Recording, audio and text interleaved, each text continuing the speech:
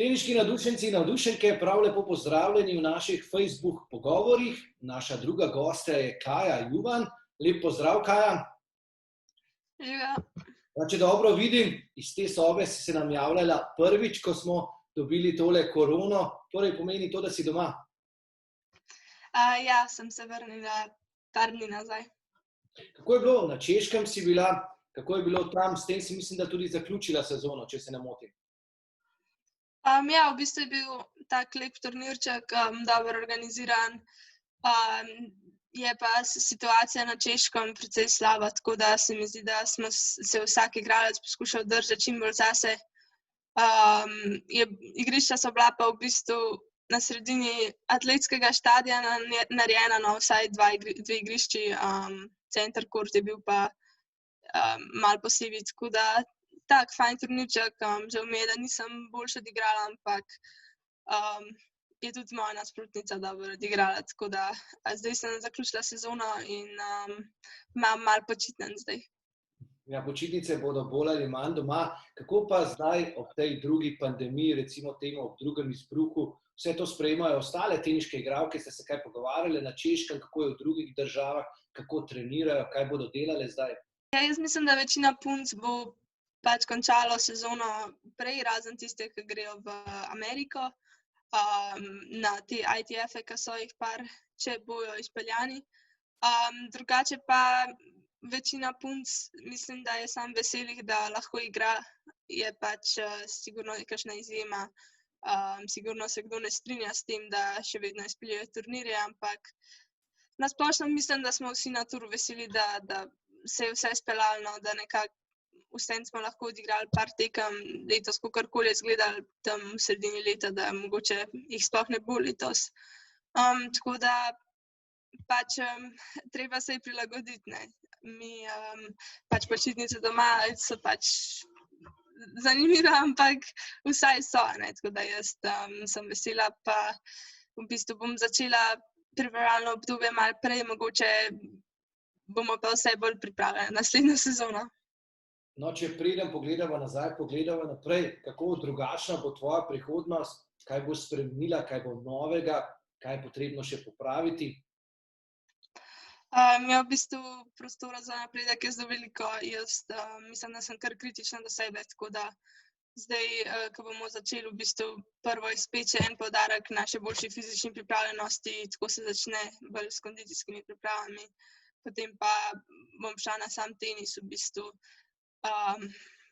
Nekatere taktične, tehnične stvari so, ki se pač lahko popravijo.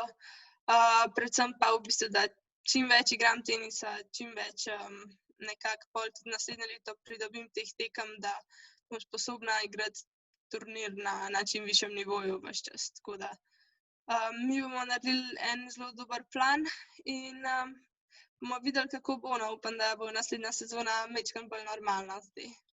Ja, to vsi upamo. Morda kaj novega pa si spoznala o sebi v tej res čudni sezoni, tako na osebnem kot tudi športnem področju?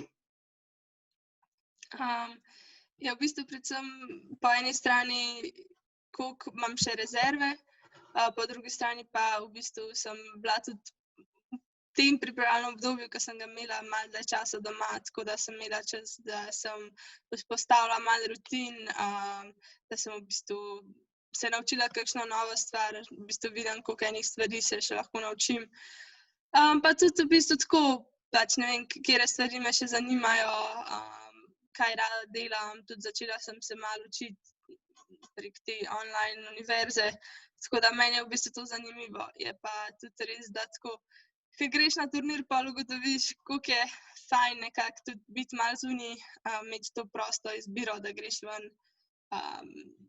Maske so pač obvezne, tako da mislim, da si vsi želimo, da jih ne bi bilo, ampak so pač nekako potrebne za to, da se čim bolj odzovemo na to pandemijo. Tako da sigurno je letos tista stvar, ki smo se vsi naučili, kako se malo prilagajati, kako tudi na druge malo paziti, ne samo nase. Tako da jaz mislim, da je to za vse lekcija letos. Prav gotovo. Na kaj pa si morda ti najbolj ponosna, na katero lekcijo ali pa na katero uspeh v letošnji sezoni? Jaz sem predvsem zadovoljna s tem, da sem nekako zdržala ta cel del sezone brez nekih poškodb, brez nekih zdravstvenih težav. Zelo smo pazili, da pač ne zbolim na kakršenkoli način, tako da pač nam je to uspelo. Na splošno pa v bistvu je bila kakšna lepa zmaga, se je videl napredek. Tako da jaz bom vzela te zmage, je pa zelo veliko prostora še nekega, kot sem rekla. Tako da jaz bom gledala bolj to kot motivacijo za naprej, da v bistvu bodo te zmage pol nekako bolj pogostejše. Ja, tamle v ozadju vidimo veliko pokalov, torej je še nekaj tam zgoraj za pokale, kaj ne? Ja, sigurno se bo našel, ja. Pa morda za konec, zdaj smo vsi nekako zaprti, zdaj je tudi policijska ura. Kaj predlagaš mlajšim teniškim igralcem in igralkam, kako naj premagajo to zdaj oviro, tako na športnem področju, kot morda tistim, ki se morajo zdaj več učiti znova doma? Kakšen je tvoj nasvet? Ja, moj nasvet je, da v bistvu si vzpostavim neko rutino, ki mi je všeč, pa se je pol držijo, obenem pa tudi poskusijo kakšno novo stvar. Zaenkrat se tenis še lahko igra za člane, kakor vem, tako da pač ne izkorišča ta čas, ne se veselijo tenisa, ne probajo čim bolj uživati v temu. V bistvu vidiš, da nekako vsaka stvar, ki jo dobiš, ni zastonj, tako da predvsem najte neke stvari, ki so vam všeč, ki jih radi delate, preživite malo več časa z ljudmi, ki pač jih imate radi in bo vse skupaj hitreje minilo. Hvala lepa za ta nasvet, Kaja Juvan, in lepo se imej med počitnicami in srečno. Hvala.